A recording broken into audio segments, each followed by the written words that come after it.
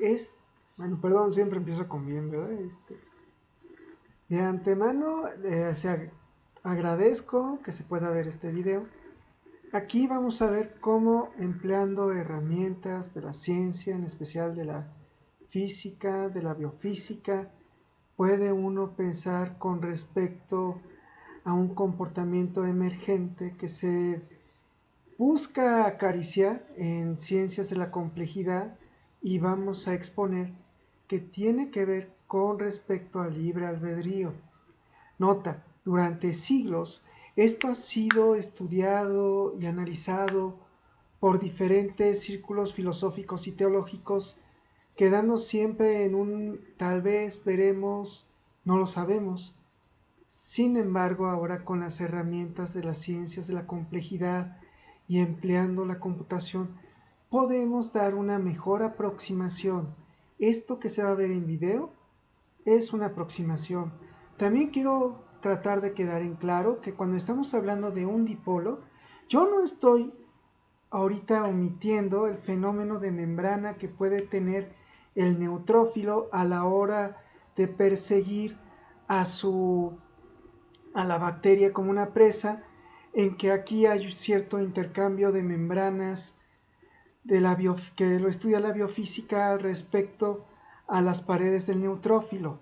No, cuando yo me refiero a una forma de dipolo, es que al final este comportamiento químico habrá de tener en una forma, y perdón por el atropello, y tal vez esto tenga crítica reducida, de cargas eléctricas, de tal forma que es por causa de diferencia de cargas en que le es inevitable al neutrófilo perseguir por causas deterministas a la bacteria que tiene un comportamiento intrínsecamente indeterminista o bien probabilista.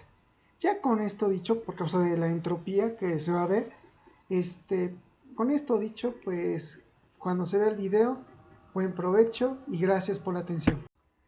Bueno, esta es una atenta invitación a suscribirse al canal que están viendo para las lecturas o estudios a continuación. Pues agradezco mucho su atención y pasamos a lo siguiente. Bien, aquí se está hablando de que hay una polarización. Esto de polarización es un fenómeno netamente determinista. Por ejemplo, si nosotros vamos a un libro de electrodinámica clásica de Alex Ayer, todo es clásico, vemos cómo hay un dipolo. Se conforma un dipolo eléctrico por causa de la polaridad. De lo que, por ejemplo, el libro de Hertz nos habla de que hay un campo eléctrico por causa de esta polaridad. Vemos una corriente eléctrica que es expuesta como el tensor de no es tensor de corriente, perdón, como la cuatrocorriente. Bueno, aquí es una tricorriente, una densidad de corriente eléctrica por un campo eléctrico. El campo eléctrico en este sentido es el que está provocado por causa de la química alrededor de nuestra bacteria, y obviamente pone en funcionamiento que haya una corriente eléctrica propia dentro del neutrófilo. Y en este sentido se habla de una energía libre. Bueno, se va a hablar de una energía libre que a continuación sigo exponiendo. De la bacteria.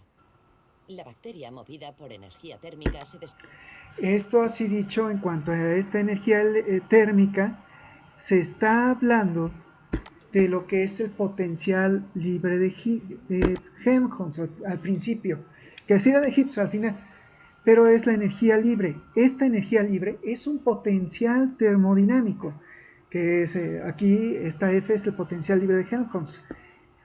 Esto que vemos aquí ya describe nuestra energía libre, que es propia a la entropía. Con esto así dicho,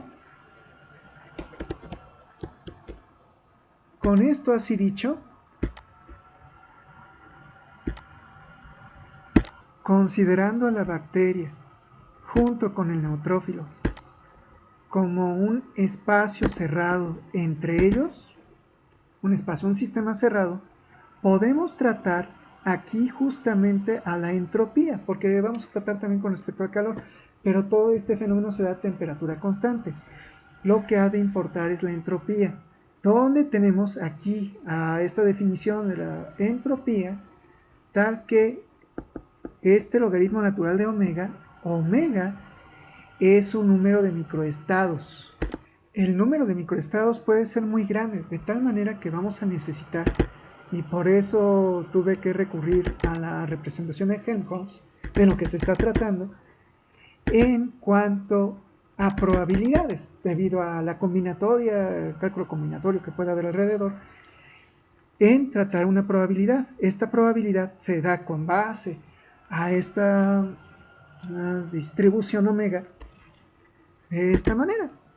De tal forma que si seguimos con nuestros cálculos, va a haber una partición de todos los estados que estamos tratando en cuanto a ello, tal que nos habrá de tratar cómo es la energía que estábamos diciendo. Y al final, déjame ver porque se supone que tiene que ir un poquito más abajo, vamos a tratar cómo se ve ahora nuestra función libre de Helmholtz. Se ve así estas cuestiones, estos potenciales de energía térmica, tal que pues ya definimos a nuestra entropía, ¿no?, que estamos aquí tratando. Esto es para gas ideal, pero vamos a ver que esto va más allá del gas ideal. Esto va para sistemas vivos. Y en el sentido propiamente dicho, podemos ver, por ejemplo, a la literatura en cuanto a la física de la biología, o bien a la biofísica, que lo vamos a ver en cuanto justamente al potencial libre de Helmholtz. Justo en este momento. Y aquí, como dijimos, lo dice propiamente porque se ve como sistema abierto. ¿Qué ocurre, no? Decimos que estamos en contacto térmico con el sistema B. ¿Cuál sería el sistema B de lo que estuvimos viendo en el video? Nuestra bacteria y nuestro neutrófilo. En este sentido se encuentran en equilibrio térmico, ¿vale? Tienen el mismo equilibrio térmico. Y aquí el sistema B, nuestro neutrófilo con nuestra bacteria, pues comienza a verse cómo se encuentra una forma de libertad, vamos a decirlo así. ¿A qué nos referimos con libertad en la física? La no restricción. Cuando no hay restricción, podemos ver una forma de movimiento sin que algo le controle, valga, no hay control. En ausencia de control, tratamos sobre libertad. En tal sentido, como no hay control, podríamos tratar a ello como si fuera una especie de aleatoriedad. Bien, o sea, un caminar, un volar hacia donde nada me está restringiendo. Por lo que sigamos viendo qué es lo que dice el video. La bacteria, movida por energía térmica, se desplaza aleatoriamente, de manera que parece que evite a su predador. Esto es porque no tiene restricción al respecto. El neutrófilo sí está restringido con base a la polaridad. Finalmente, el neutrófilo la atrapa y la elimina mediante fagocitosis. Y en este sentido ya hemos dicho cómo está este comportamiento de dos partículas, vamos a decirlo así, que se encuentran en este momento independientes entre sí, pero que interactúan. Hay interacción al respecto. En que, por ejemplo, vamos a ver cómo se comporta un sistema de entes, vamos a llamarle ahorita en este momento entes biológicos individuales entre sí, que van a tener un comportamiento de independencia probabilística, que eso significa estar al azar, tal que lo vamos a ver corriendo ahorita para el momento para 8 entes. Vemos cómo en este sentido máximo 1.95, o sea 2, pueden brillar simultáneamente y pues como otros, pues brilla uno, brilla otro, no brilla nadie a lo largo del tiempo. Esto para 8 agentes. Pero para un determinado tiempo, para 1500, observaremos cómo viene el siguiente comportamiento colectivo.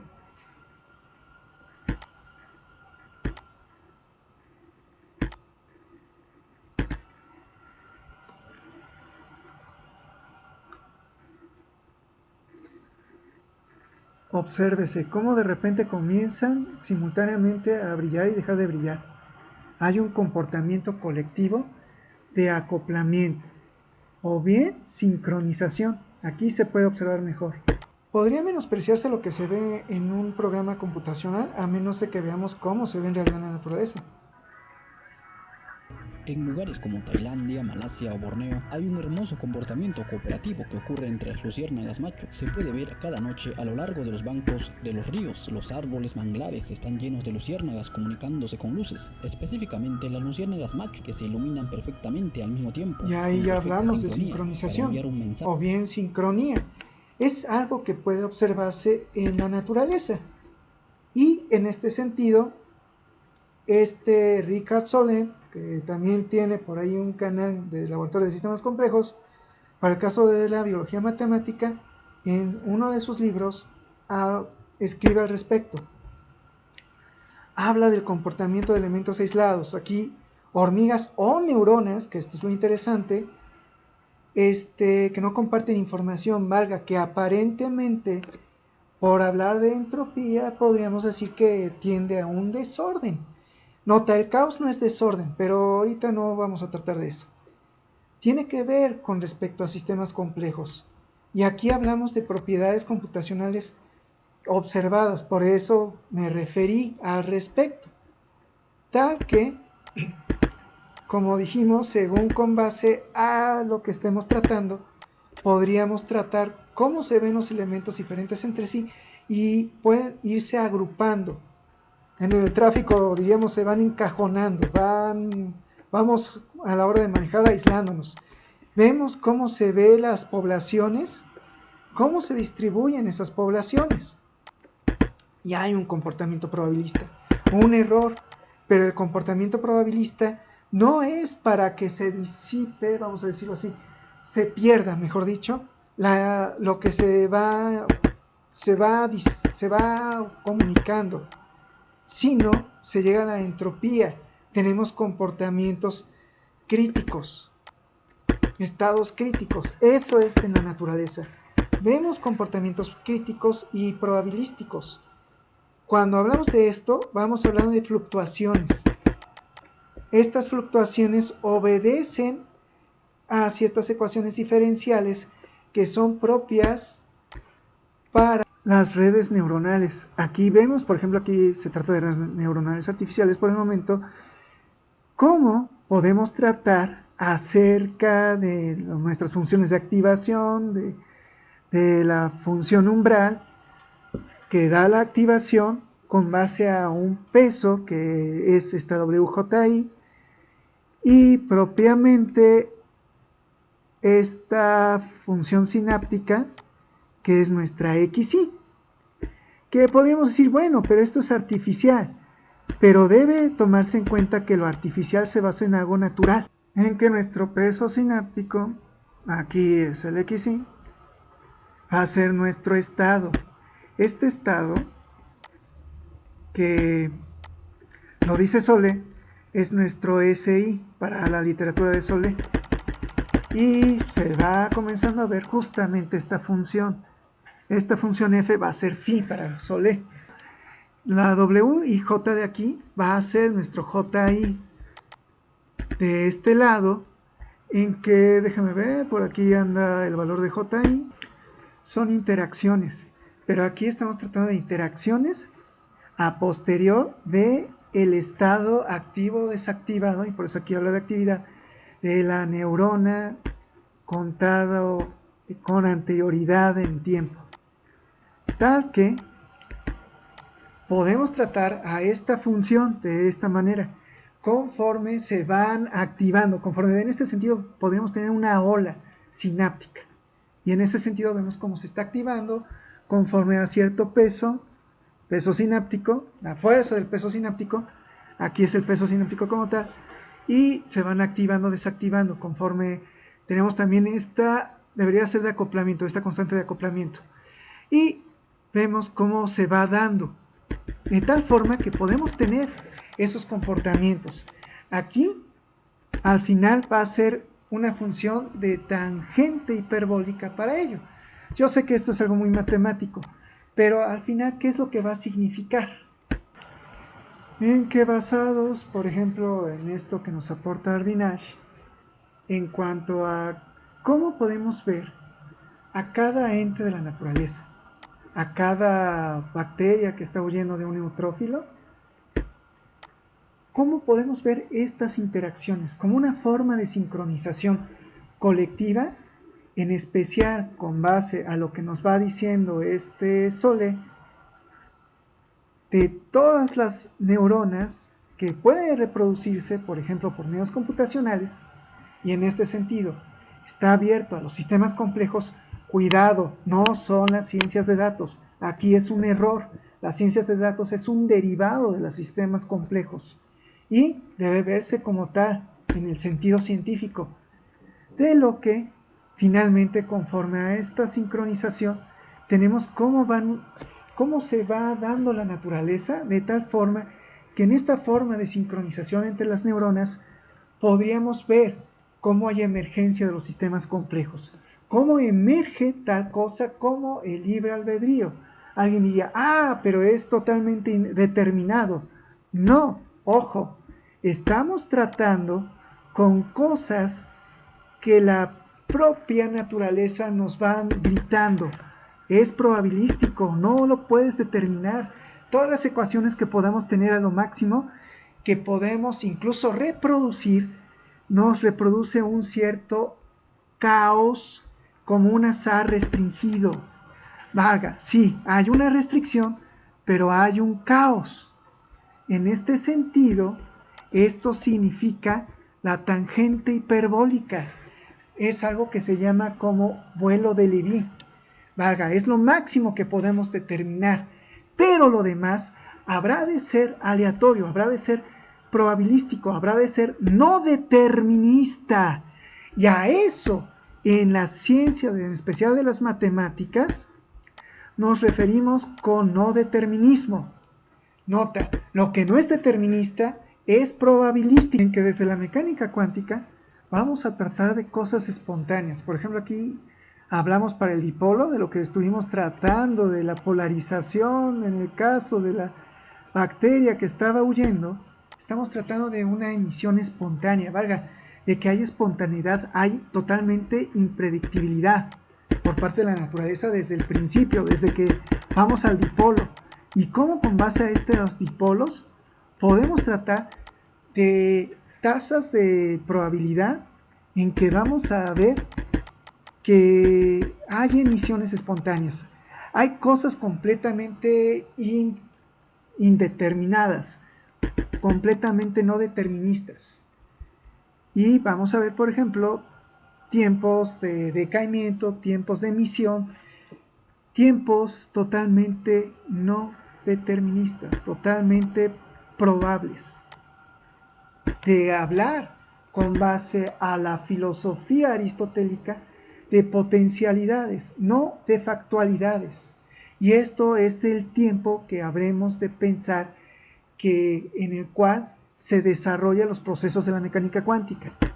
En que, por ejemplo, en nuestra apreciación espaciotemporal, vamos a decirlo de esa manera, perdón el atropello para aquellos que no vean tanto sentido a esta física, que es relativista, ver cómo de la tetradimensionalidad, o sea, aquí es tiempo, aquí es espacio y aquí es tiempo, cómo esto que parece que es pasado, presente y futuro, que siempre avanza de manera lineal, conforme a esta física determinista, puede ir cambiando con base a esta apreciación que nos va dando Arvinash sobre cómo el pasado, presente y el futuro va siendo totalmente distinto. Tenemos que tener una apreciación diferente del tiempo. En esta apreciación diferente del tiempo viene ya la apreciación, esto ya no más es ciencia, Esto es física y matemáticas con biología, que habrá de darse una forma de síntesis conforme a sistemas complejos, digamos, a una apreciación acerca de cómo pensamos acerca de un Dios, de algo teísta.